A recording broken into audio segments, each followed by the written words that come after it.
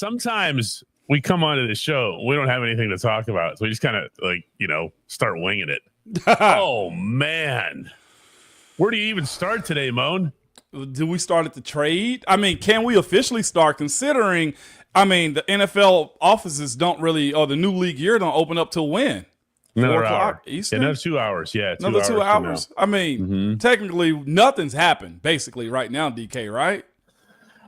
Oh, I'm sure there's all kinds of stuff actually happening. It's just that not everybody gets wind of everything. This is all crazy, And here we are. What's still even in a week where the Steelers pick up DK Metcalf, which is what you're referencing. Yeah. And then they make other moves. They get a running back, which in a normal week would be a really big deal, Nah, we're waiting on one hammer to fall. Waiting on one very, very, very big and loud hammer to fall. And that, of course, is waiting on Aaron Rodgers. The Steelers do not have a quarterback. Did you know they're the only team in the NFL right now that does not have a single quarterback on the paid roster? And I don't know how I feel about that, DK. I have a lot of opinions, mixed emotions about it, and that's why you and I are here. But we can't let a hammer drop until we actually hit the smiley face. Oh, and on that note, Casey Kester wants everybody who is the thank you, the purchaser of the bell, wants everybody to make sure that they jump in. But yeah, we can do that. Let's do it, DK.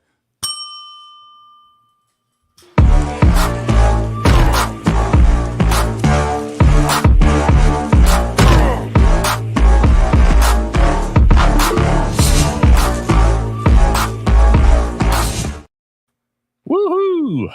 We're there National now. Football League free agency season is, officially almost upon us, but unofficially it's been at it for a while. By the way, you as a Players Association member for a long time, there's nothing funnier than when the legal tampering period, by the way, hilarious name. Legal tampering period opens up, and 1 minute later, there's all these agreements signed. Wow, you guys are fast. Oh, no. How'd you do that? They've been illegally tampering for days, DK. As soon as the combine hits, man, illegal tampering is a part of it. Goodness gracious, dog. This is, I will say this is one of the more interesting free agencies, DK, especially with the Steelers being in the middle of it, which is historically not what we do. But I see a lot of people, man, are on the conversation of the money. It is, hey, this is what we spoke about years ago when we did the CBA, is the amount of money coming back in. But DK, I know the betting, the streaming, the partnerships that the league has. It is, you're going to see, normalize this is what I'm telling you guys. I see our guy Jason Williams. Yeah, Dan Moore got a bag. 80 of them. 80 of them. And 50 of it guaranteed. And that's one of the things, if you look at, for example, the contract that Najee Harris just signed with the Chargers. Still feels weird to say that. Najee Harris and Chargers. Weird. I did think, though, I will say this before you go on, I did see him going back to the West Coast-ish. It was either Vegas or one of the LA teams is what I thought. Yeah, he's from the Bay Area, for anybody who doesn't know. And you have a lot of money that's being thrown around, but not at all positions. It's not running backs. You even look at the Saquon Barkley deal just now, and you kind of go, really? Jeez. Yeah. I mean, there's not even an exception for him. But then there's Dan. Then there's Dan. You know why? There is still at any point in time the importance, DK, of having big men. It is. Whether they're really good, or hey, he's going to get the job done. The need to get that for teams that have to protect their biggest asset, the quarterback, is always going to happen. It's also why I see another guy, Laramie Tunsil, getting traded. You know what Dan Moore getting paid does for him?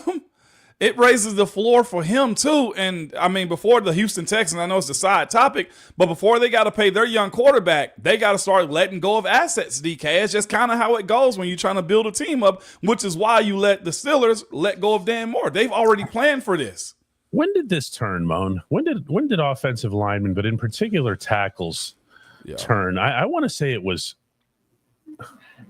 just from my own memory, that it was right before you came into the league, when you started seeing in Pittsburgh, Marvell Smith get big money, and you go, Max Starks got big money, and you go, whoa, what is that? Why are they doing that?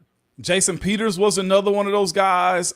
You've always heard about the left tackle position. Like, we knew Jonathan Ogden was the guy, but we never knew like Jonathan Ogden to be paid like these guys are being paid, DK. And not just that, the necessity of it too. I say, DK, it even escalated even more when we hit the 2010s.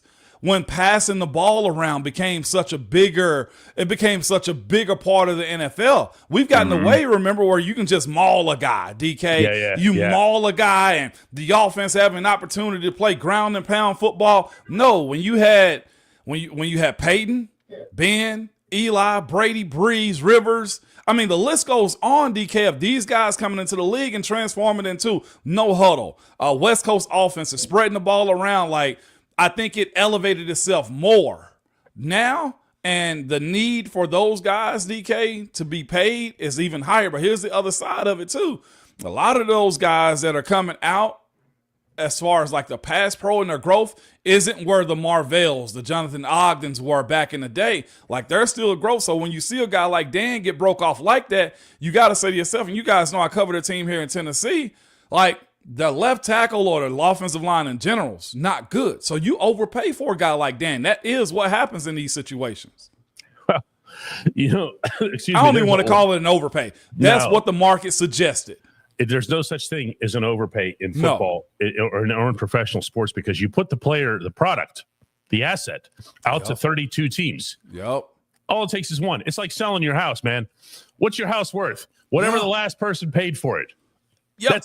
That's it. If one person comes in and hands you an extra $1 million for your house, that's what it's worth. It doesn't matter. Don't matter at that point, does it, DK? No. I have a couple questions for you before we get to our to the only segment that matters.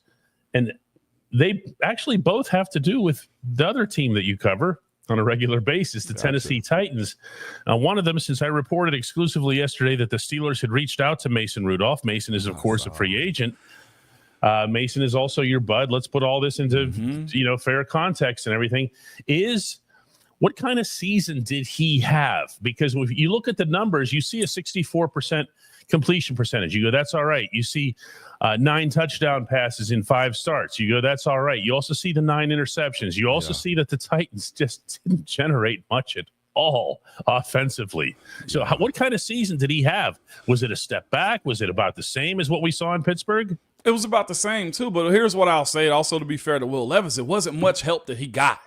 That's the other part of it too. Including Levis, including Levis. Mason's season was this. It was 9 touchdowns, but here's what I will also tell you that doesn't show up in the stat sheet. 3 or 4 of his interception were tipped balls, or balls that hit the wide receiver's hands that ended up going to somebody else. I didn't know that. Oh, okay. So there's context to it also. It wasn't just throwing it to the other person. Like, he had 1 or 2 of those over the course of his time here in Tennessee. But DK, it was usually 1 or 2 options that he only had here, and the ability to grow with what they have in Nashville is why they went 3-14 too. Right, with the Titans. Mason had what you expected in a position. Mason had what you expected from a guy that came in as a non-starter.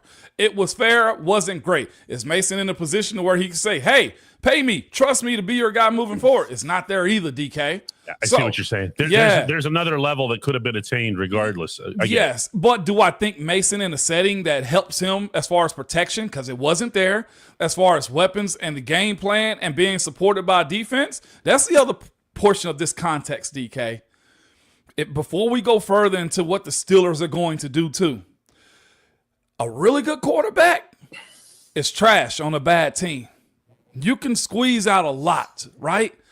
But what any quarterback will tell you is this. And when they have those championship videos, you go back to that 2008 team or that 05 team with the Steelers, right? Here's what you'll hear Ben say, and those defensive players too. We're going to go get you the ball back. There needs to be support from the defense, from the running game, from his weapons. And if you got a special guy, DK, guess what? Then you become great. Then you win championships. Like, that's interesting. Think about Kansas City whenever, who was it? Was it Tampa beat them, right? With Patrick, with the live boogeyman right now. Mm-hmm. He couldn't get anything off because he had trash offensive line play. Remember, they ate him up. Mm-hmm. And then what did Kansas City do as of late? Pay Chris Jones. They drafted a lot of good rushers. They brought in Carlos Dunlap. They put away their toys and they got serious up front. And they got serious. Mm-hmm. What did Philly do with the second-round quarterback this past year? Well, Philly's different. Philly started there. You see what I'm saying? Yeah. And Brian Jocker said, spoken like a true offensive lineman, by the way. I just want to get that out of the way. But I acknowledge the matchups, DK. I know what Philly is. I knew when we played against New England, hey, it's going to be heck to pay. It's going to be hell to pay. We got to be on our P's and Q's because Tom is great, but that defense is atrocious. I mean, that defense is phenomenal. Their special teams, Brian Jocker, are phenomenal. So look at Brock Purdy. Like right now, I don't know if San Francisco is. They have to pay him. They have to. His drafting and all that stuff doesn't matter anymore. But DK, the other side of it is too. Look how many assets they've lost as of late. Is Brock Purdy $300 million of a quarterback, or the scenario he's put himself in says, man, here, take this 220 because you're good, but look at the rest of us. We're making you great right now. And here we are with the Steelers quarterback scenario. And here we are. And one of the points that's been made by people here, and understanding, incidentally, that none of these people have been signed. We can talk about Aaron Rodgers. We can talk about Mason Rudolph. We can talk about anybody pretty much. They're not signed. They're not here. And when you're thinking about what they could do, and one of the comments that's been made here is that Mason was a good fit behind that offensive line over those final 5 games of that season. Yeah. Okay. And that's true. But I think it was almost the other way around, where Mason was a good fit for their skill set. Speaking of Dan Moore, nobody was happier to have, I can say this now that he's gone, nobody was happier than Dan to have Mason back there because he knew where he was going to be. Yeah, you shared that with me. So yeah, to your same point, that's been one of the Titans fan base down here on my morning show, biggest great. He gave up 13 sacks. And I keep trying to tell people that hadn't seen the tape, look who's playing quarterback in the scenarios you threw yourself in, even years beforehand. What did we speak about Kenny 2 years ago, DK? Where did he always roll to? To the left. And who did he run into? He would run into Dan Moore or whoever Dan Moore was supposed to be blocking. So there is context to sacks. There's also, to your point about Dan loving Mason being back there, if I know where my quarterback's going to be at to a certain point, though, DK, there's that too. If you tell me, give me 3.5 seconds, I'm going to be here. Whatever happens after that is on me, which is what Ben would do with us, right? Hey, you guys got me. Just keep going as long as you can. If whatever happens outside the pocket, that's on that man. Inside or not just getting completely beaten. Come on, man. Mm-hmm. Come on. That's how that goes. That's how that goes. Will Levis is the other question that I wanted to bring up with you, and Steelers Nation does that here too. Are they giving up on him or what? I mean, it's almost like the Steelers are like the Jehovah's Witnesses now, just going around and knocking on every door. Yeah, man. Okay. But is Levis, have they given up on him? Has he been beaten up by their system by being 3-14, losing his job to Mason? What's his status? I do think they're out on him. I say that in the everything we've talked about this offseason, this is also on the media side, it's been about Cam Ward or Will Levis hasn't popped up in that conversation. Will Levis, I think, needs a change, like a scenery change, bad. Gotcha. In the worst way. And I'll say this too, DK. You know how it's you allow your kids to do stuff. You're just like, it'll be out. Well, the first kid, you're like, yeah. They're like really strict on. And then sometimes parents will let go of the second kid, right? And let the second kid do what he wants to, which is what I'm not doing, what me and my wife aren't doing with ours. What I'm saying is this. I knew that was coming. Yeah, you doggone right. You're knew it was killing coming, the boss DK. over here, by the way. Oh, so that's Dolly. Okay, gotcha. She doesn't necessarily get all the football stuff, but she gets this. She's like, yep. First kid walks the line. Second kid, most parents let go of the rope a little bit. And I feel like with what they did here in Tennessee with Ryan Tannehill, and they finally let Will Levis gain control of the franchise, they let him do too much. They let him do that. There was still a lot of growth to be had. So, DK, you know how they open up the season? Trying to go deep, big play action, big plays down the field. Then there's big turnovers that happen from that. Then he gets sacked because the offensive line aren't conditioned to block for you that long because you're fresh out of camp. He has been scarred, is what I would tell you. Gotcha. He needs a rehab in the worst way, DK. He so much so that after the season or during the season when he got benched, he was like, I got to rewire my brain. I'm out. Yikes. There's no rewind in the brain at that point. I mean, I was going to say full credit for the honesty, but geez. Exactly. But what I would say is this, DK. He has the arm. He has the grit. He has the fight. You want him as a teammate. Playing quarterback, though, DK, you know, like I know, that's a different human being. Has to be. Has to be. And so do you trade for him? I'll say this. I think Will Levis's best bet to be on the NFL roster is to get traded, though, too. Yeah, and of course your best bet to play as an NFL quarterback is to show up in Pittsburgh right about now. Bring a football, too. Yes. I got a Duke in my garage, okay? That's what the NFL football is. Bring a football at this point. I know we got to get to the Hey Mom segment, DK. We've kind of carried on a little bit. But yeah, let's do that next, man. Yeah, let's do that. It's the only segment that matters, just in case anybody doesn't know that. That's Hey Mom. At DK Pittsburgh Sports, we take pride in coverage that connects our city's fans to their favorite teams. Now, that connection's stronger than ever. Introducing our all-new state-of-the-art app. Find expert inside reporting and original podcasts. Check live box scores. Track the latest stats. Chat it up with our community of thousands of fans, all in one place. The new app from DK Pittsburgh Sports. Coverage that connects. So here's how this works with the Hey Moan segment. He's Ramon Foster. He's the 11-year starting guard in the National Football League.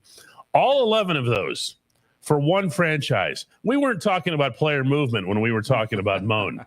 And when it came time for NFL league year starts, free agency starts, this is what we did regarding Ramon Foster, because he was here. He had a home, and he still has a home. He's a Steeler for life. If you want to ask him a question, and he's got some information, Make sure you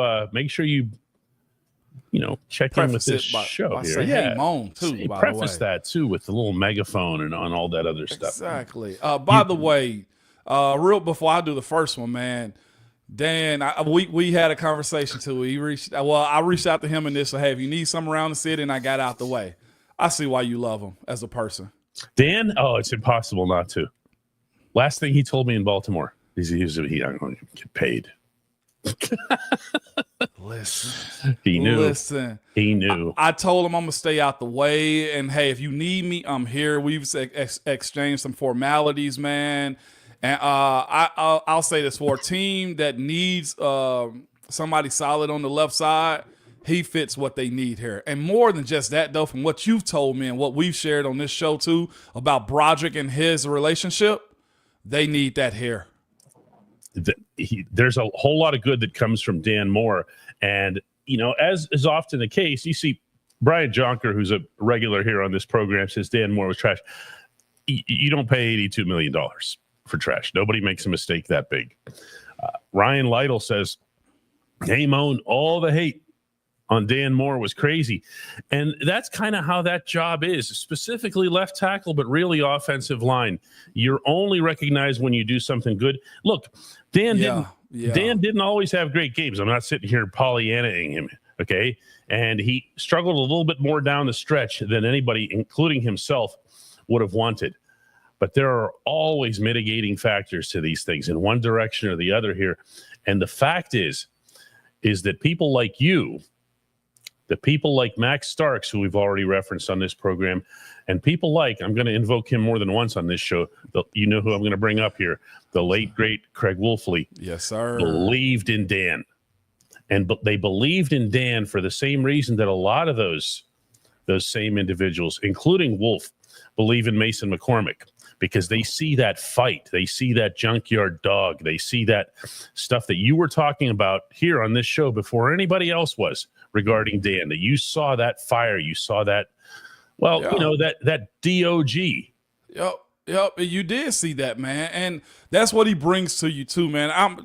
We've had Dan Moore appreciation days on this show. We I know, have. so there's a lot that we got to get to, and I can go on and on about why DK. You're right about your assessment of him. Like I love what he is as a player, and here's the other thing too. Dan just turned 26. Oh, like his there's also ascend that. is still there. He hadn't even hit the years I always tell you about, years 5 through 9. Like, and that's where I'm hoping, like, he takes his bag and do what he will with the DK. And you know what the other thing, too, that sucks? DK, real quick before we go further on this offensive line side of things is this. Nobody cares about you unless you got a P or an AP by your name. A PB or an AP. You're nobody as far as offensive linemen go unless you got a Pro Bowl or an All-Pro. I know some Pro Bowl dudes that get dogged out, DK, but they're popular. They're the ones that the big networks have stamped. And that's why when people are trying to trash Dan, here's 13 sacks. Have you watched any tape? Have you watched the film? Does he have deficiencies? Yes. Who you all like? There's so much more I can go into, but DK, let's get to it, man. Yeah, let's do that here. George. Garage here says, is Tommy Maddox available? There's been a lot of these. I've heard it going all the way back to Cliff Stout, Bobby Lane, the whole deal. I mean, it's if nothing else, it's challenged everybody's recollection of the franchise history and naming all the quarterbacks. Robert Sham wants to know, he says, if Dan Moore goes to the Titans and dominates, is that an indictment on the Steelers coaches? And again, there's a lot of pressure now, and understandably, on Pat Meyer, who did keep his job despite Broderick Jones having the setback, despite the Steelers having invested all the capital that they did, draft and money into their offensive line. What happens if Moore goes there and pulls at Kevin Dotson?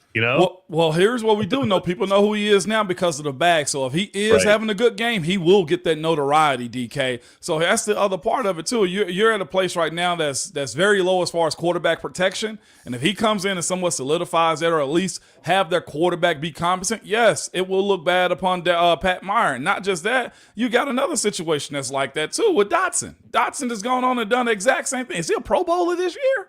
Dotson, I don't know, but Dotson played really, really well. And my understanding of what KD did was they just put him into a system where he was just told to go eat. Stop worrying so much. Stop fussing over this. You're bigger and stronger than the other humans on the field. Go and send them 10 yards down. What are you making that face for? Because Brian is piss and vinegar today. Moan loves himself some Pat Meyer. I've never met Pat Meyer. I've never claimed that to be the case, Brian. If you mad, I get it. Be mad at the Steelers. It ain't me. Everybody's mad. Everybody's mad, and they're mad right now at whoever it is that they happen to be talking to. I've been getting a lot of that the last 48 hours. You said this, and you said that. Come on, if you're mad, go down to South Water Street and yell at somebody here. 3400 South Water Street. That's the address. I can get you there. Stand at the end of the parking lot. Omar, what are you doing, man? You know what Omar Coach T gonna do? Through tinted windows. Exactly, DK. Yinzer Joe says, hey, Mode, can you talk Big Ben into a year? He did say because DK Metcalf and George Pickens were there, he might have a few throws left. Ben has no throws left. Ben is this close to that gold jacket, all right? He not about to reset that clock. I think he's optimistic about what DK can do for you. Heck, at this point, DK, do you still keep GP, George Pickens also, right? You tell me. Are you willing?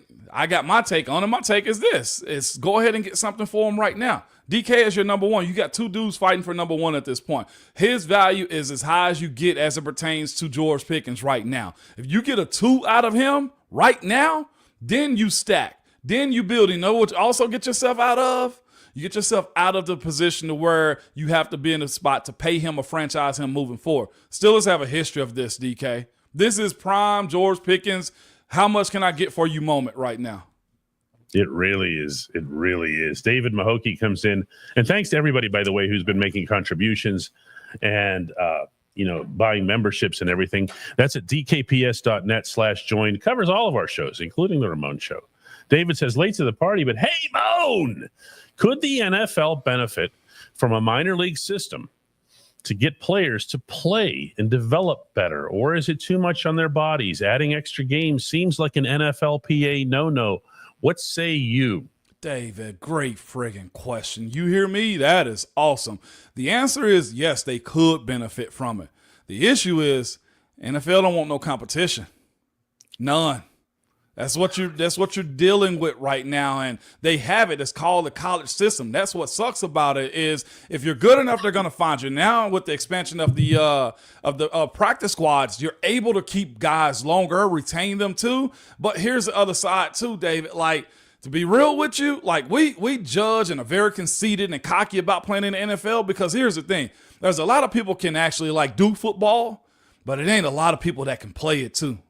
Like. There's the group of offensive linemen in the league are the best of the best. The wide receivers and DBs that are in the NFL are the best of the best. Those dudes, respectfully, that play in the AFL and all those other leagues, respectfully, they're just not at that level. Like, look at that, what is the United Football League, whatever it is that's coming on in the spring, and look at some of the offensive linemen. The one or two that are good enough will get plucked. They will. Or the DB or wide receiver that does it, they'll get plucked. Some of them just only make practice squads. Respectfully, there are levels to playing in the NFL, man. It's just hard for the NFL to pour into a league like that when there's no guarantee there's going to be guys that come up from it. James Galloway says at least Aaron Rodgers is taller than Russell Wilson. I mean, Mason Rudolph's taller than both of them. Yeah. You see over the offensive line, Mason's 6'5". You don't have to be scurrying around to get things done. And then there's also, from the Steelers standpoint, all this stuff that they talked about. Art Rooney talked about it. We want a mobile quarterback. We want a room full of these guys, similar quarterbacks. We want a mobile. And now they're looking at a 41-year-old and hanging on like this to see if he I mean, it's. I just. Would you have done anything different with Justin Fields? Would you have done anything different? What, as far as keeping him during the season? No. I would have signed him. I would have point. signed Justin. Okay. I would have signed Justin. I thought for a second that when he got benched initially, DK, and we talked about it, I was like, this is still his way of hiding Justin to keep his number low going into next free agency. I said that way back after week 6. You did. This was a way to keep his number low, and respectfully, his number was low. I think Justin signing with the Jets, a team that I think is worse than the Steelers right now, Way worse. was a pride thing. It was a y'all bench me, watch this. And then the number that he was throwing out, taxes-wise, he's probably making lesser. His AVA, whatever that is, his average annual salary or whatever that is, at $40 million is higher, $20 million a year. But as far as taxes, he may have made the same, if not less, in New York than what he have signed in Pittsburgh, if the deal was very similar. What was the reports? He got offered 2 for $30? Is 2 for $30, and the Jets ended up with 2 for $40, and the Jets also upped the guaranteed money from 20 to 30. So it's really, I mean, easy for me to say, like, I would walk away from $10 million sitting on the sidewalk out here, but it's like, it's in football money, in football quarterback money, it's not a deal breaker. You wouldn't think. Levi Smith says, "Hey, Moan, I'm not mad at you. I'm happy to be live with you. I miss you being on every day, but I'm glad you're doing so well post Steelers. Much love." It's very kind of you, Levi. Sure, Moan, because we get questions like all the time, like you're a busy bleeping dude. I got a lot going on, man. I do. I got a lot. So I got my morning show I do here. Last week I had to shoot something from my brother's Hall of Fame induction that'll be posted later also. He made the Tennessee Sports Hall of Fame. That's Ron Slay. Ron Slay, who's in here. He's now at the SEC tournament here in Nashville doing that. Broadcasting. Broadcasting. I have to fill in your I know sometimes. I just give this as if people know. I had my appeals job, as you guys know, with the NFL. I went to the Combine, Senior Bowl, and just a mix of a bunch of other sorts of things going on too. So yeah, I am available unavailably, if that makes sense. And every once in a while, it comes down to some, oh my God, really? I got to do this and then that and then everything else here. We're both in that world, as Mo knows, because we're. I know. I feel you now. Yes. But yeah, we're the dedication and the commitment to this show and this audience and to the Steelers Nation in general does not waver. I appreciate y'all for sticking with us too. With that guy over there in orange, that's for sure here. Jim Matthews says, hey, Moan, if Kyler Murray was put on the trade block, who would the Steelers have to give them? I'm thinking George Pickens in a draft pick, and that's a quarterback, dude. You got to also, there's a strain on the Steelers too to take that money too. So that's the even, I think. You see what I'm saying? Whereas George isn't getting paid yet, right? Exactly. So George and a pick, you bring in him, and may be able to do it, especially if you got a two out. But he's a starting franchise quarterback. I said the same thing until Geno Smith also got traded to the Vegas Raiders. So it's possible. Do you want Kyler? To me, I think Kyler's ceiling is lower than what you want out of a quarterback. In my personal opinion, I think because of his size and his stature and his ability to just mosey out of the pocket at times too, like what offense is going to work for him? How much of it when you're dealing with guys like him, when you're dealing with him specifically, like, is he just going to abort mission and just run outside of the pocket from time to time? That messes up the flow. That messes up cohesion to where the play is actually one more second in the pocket to where you can get a touchdown down the field. Instead, you said for a 10-yard run. And I know the 10-yard run is another first down, but the processing of what you want him to do is probably more backyard than they ever said Ben was, to be honest with you. Kyler has been that way forever. And there was, I remember as the Steelers played him in a game out in Glendale, Arizona, early on, maybe even in his rookie year. They got to him. Yeah. No, I mean, they got to him. I saw it the first time when Bud got to him. Remember on Christmas Day? Yes. And they're telling me in the room, and they're honest about that sort of thing. We got to him. Like, he didn't want any part. You know what I'm talking about? I do know. Some of the stuff that I heard from Keanu Benton when the Steelers beat the Commanders in Landover. They felt that they got to Jaden Daniels. That doesn't mean that Daniels didn't have a great year. Oh, yeah, he did. Okay. An awesome year. Right. But the Steelers felt like they got to him. And that was the case with Kyler. And I'm looking at Kyler. Kyler was running around that day like he's like, I really should have. They told me to stick with baseball. What am I doing here?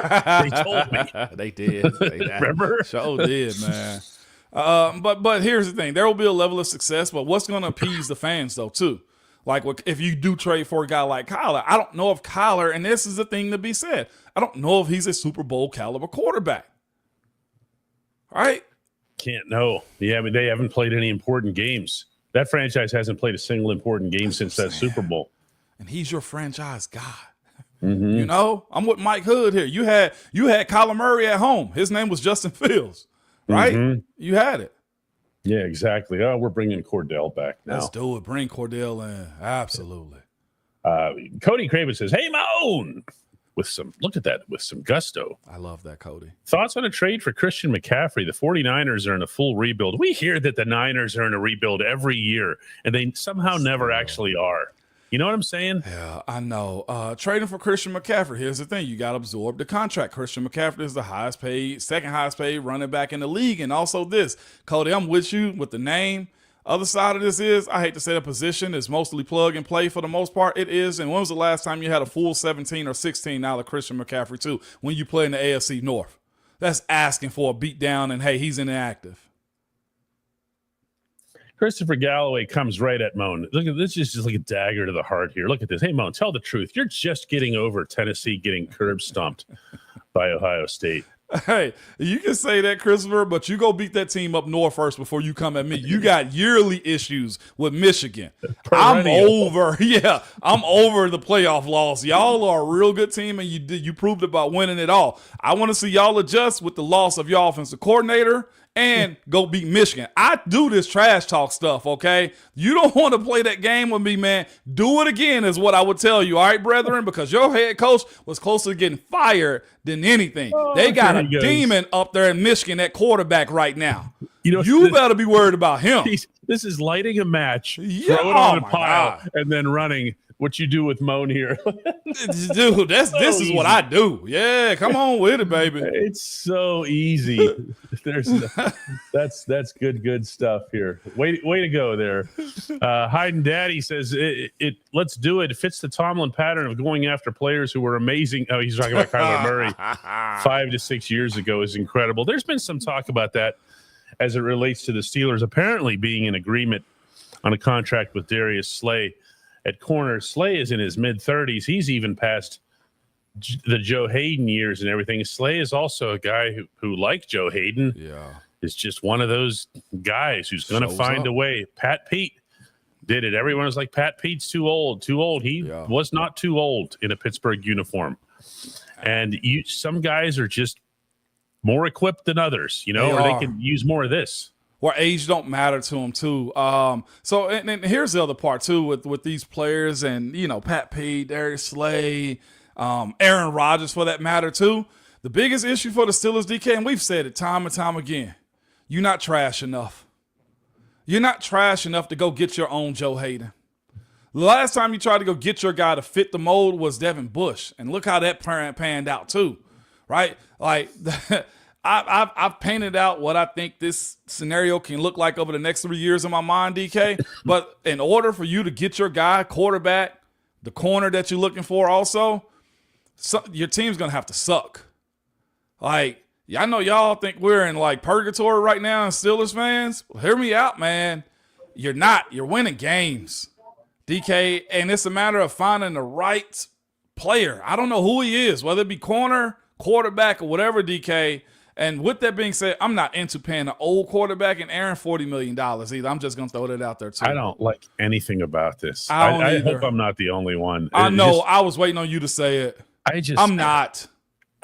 Before we get to Bark Z's question here, to me, that's the kind of signing that the New Jersey teams do. Come on, where man. you just go, oh, look at that loser move.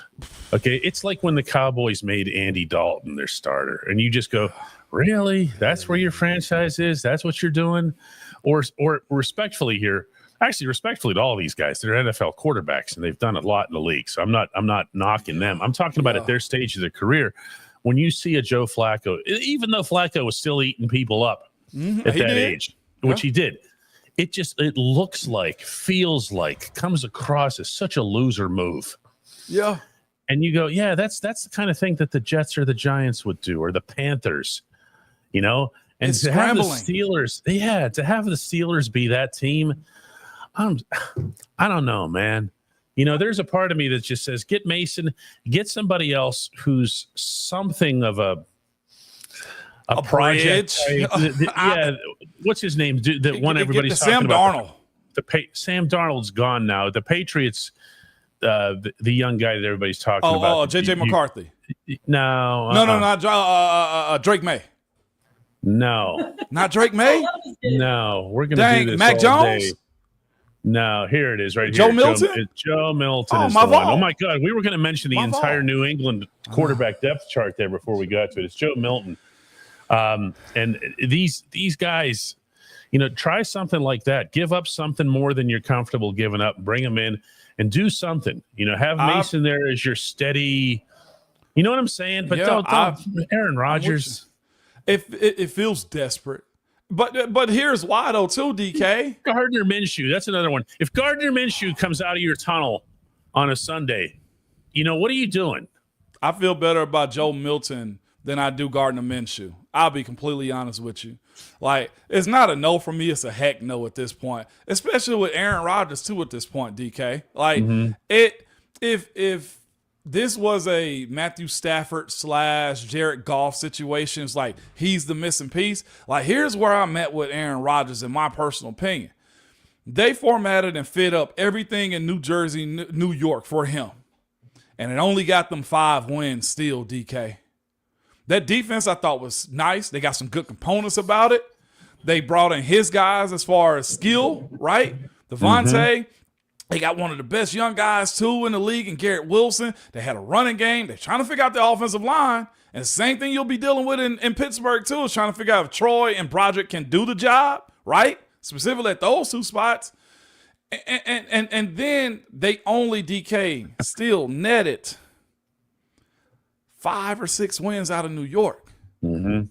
I'm okay with Aaron Rodgers being a walking gold jacket. But I don't know if this version of him is there, DK, in my personal opinion, to win a Super Bowl. On top of everything else, including injury risk, and which is understandable at that age. You are more susceptible. to getting hurt. And then when you do get hurt, you're a lot more susceptible to spending a lot more time off the field. Not to mention there's off the field stuff with him. He's a control freak. He hasn't always been super popular with his teammates. Is he going to come in town to learn the offense this offseason? Hell no. See? It's with his Arthur offense. Smith. What's he have to learn? Arthur has to learn his offense. That's what I'm talking about. The whole thing is just... 2 teams removed, you learn somebody else's offense at that point, in my opinion, because your version ain't working right now. What about Tyler Shock? This is a guy that you've had a chance to see. Yeah, Louisville. For anybody who doesn't know, he's in his mid-20s, so he's going to raise some eyebrows with his age, but he's also going to raise some eyebrows in the positive sense with his experience and his readiness. There's people who feel like he can come in with he's got some arm talent.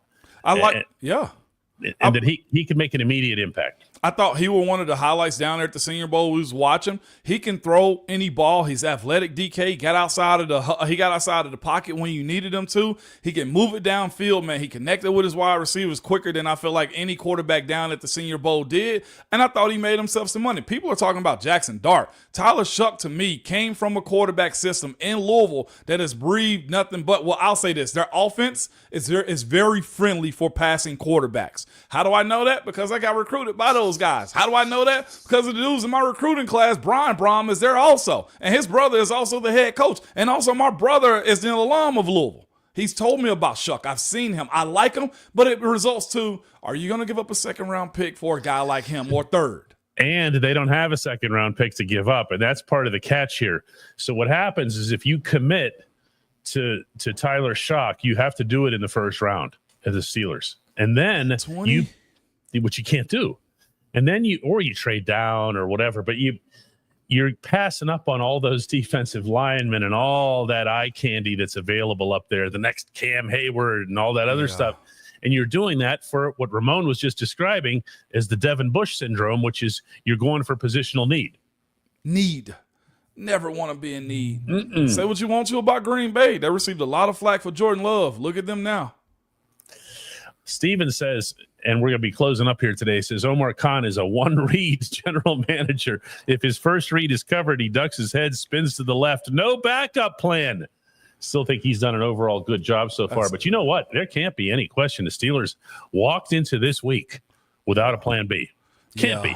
How else do you reach out to Mason Rudolph just yesterday? That's nuts, by the way. That's telling. That's very telling that the deal with Aaron isn't what they want it to be. And also, too, at this point, Aaron, you're playing for reputation and integrity, and not the integrity, screw integrity when it comes down to football at this point, but you're playing for reputation at this point.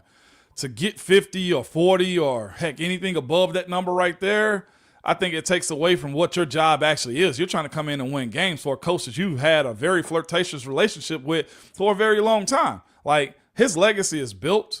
And if you're paying for the bread at this point, bro, what in the heck have you been doing? Unless you just want to stick it to folks, I get that too. And you never do anything that's lesser than your worth. But every other person seems to have turned you down at this point. And Omar, if our guy just had that contribution to us, Steven, Omar's thorough. But this free agency right here has just been one of the most weird ones ever, on top of it being a weak quarterback draft. DK, another one that you could bring up too is, do you go get Shador at 21? He's better quality, I guess, a better prospect on paper than what Shough is. Is it justifiable that you go get him, or do you go get a corner at 21 or D lineman at 21? This ain't as easy as it seems. But if you're asking me, DK, I'll give up a fifth for Joe Milton out of New England. You're looking for some sort of potential one way or another. I have a feeling that no matter how the Steelers quarterback room gets constructed, you're going to have 1/3 of it be invested in some form in a younger guy, a project guy, somebody that you can at least start pinning some hope on. Doesn't mean he has to make it. It does mean that you got to start taking some bets. You got to start putting more than one name into the equation, the way they did, for example, with Kenny Pickett. Oh, here he is. That's the guy. That's it. That's absolutely it. Well, no, it wasn't. Y'all are throwing out a lot of names that I've seen up close. Malik Willis. Malik finished strong in 2024. And I mean, Nobody would have batted well, maybe a few people would have batted an eyelash if he was the Steelers pick over Kenny. Yeah. But this is somebody else who is seen as having ceiling, a lot like Dejan's kid, where you just say, okay. Yeah, I do think he's going to fall. Right now it's Cam and everybody else, Cam Ward and everybody else. Will Howard, I'm sorry, but not on that one too. DK, usually whenever you move from franchise quarterback to the other one, you have a bad season. You didn't have a bad season. Oh, yeah, bad finish, but yeah. Bad finish. But you got double-digit wins again, dog. Like, until this team sucks, we're going to do this quarterback thing, I think, for a little while. Yeah, everyone's talking about Drew Aller at Penn State, which is funny because all the Penn State people I hear from are like, "Nah, man, he's terrible. He's that's just because he's your own guy. He's your own guy. That's exactly how that goes." Anyway, when we come back, we're going to take care of some business here on the Ramon Foster Show.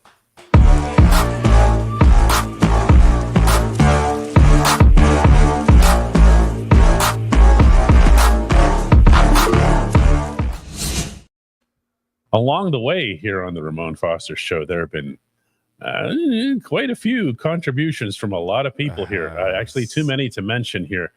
I love the connection that this show has developed with people that will persist through anything, including a downtime for the team, which this unquestionably is right now here. Rico comes in with $50 here, for example, and I hadn't even gotten to him. Says, Moan, you're a sight for sore, jaded eyes. See, that's how this show feels today. Why not just keep Russ and get Mason or whoever as a backup? Russ was really good for a stretch, and now that they've got DK Metcalf, seems like a no-brainer, but what do I know? Yeah. It's you have weapons. This team has options, right? Russ' name has died off, which probably means they're going to sign him back again. It comes down to his offensive efficiency. That has Russ. Sir, I know you're older. Either tap out or buck up is where I'm at. Like, take the sacks or figure out how to make a play down the field. It's that simple for me, man. There are options. There is just a matter of how much do you like them and how much do the coordinators and teammates and head coach like them too. That matters, DK. Mm-hmm. Yeah, no question about that. Thanks to everybody who showed up as a new member. Thank you. The barber coming in with his usual gift.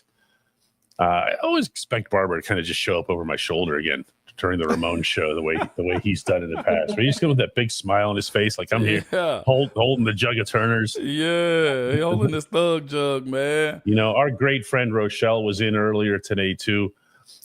She often makes her appearances with a big splash, and she did here again. But she also points out her viewpoint that the Steelers really screwed the pooch on this one. They did. I don't know how you'd even deny that. Yeah, that was kind of tough right there, DK, to see him go. And yes, at that price is what you also have to say in those moments too. Mm-hmm. It was doable, but I felt like also Justin was just like, screw you guys. The reason I'm scrolling, I'm trying to find this one particular picture, DK. Yeah, Steven came in with 20 gifts.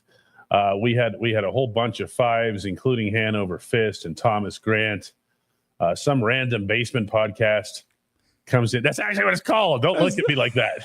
That's sure. I was judging you for a second. Cybok comes in with 10, and Cybok's actually been with us for 18 months as of this week. Excuse me. Okay. I'm not sure how to pronounce this one, but Dan comes in with a Ravens logo for an avatar and asks if Cooper Kupp would be a better fit for this offense than George Pickens.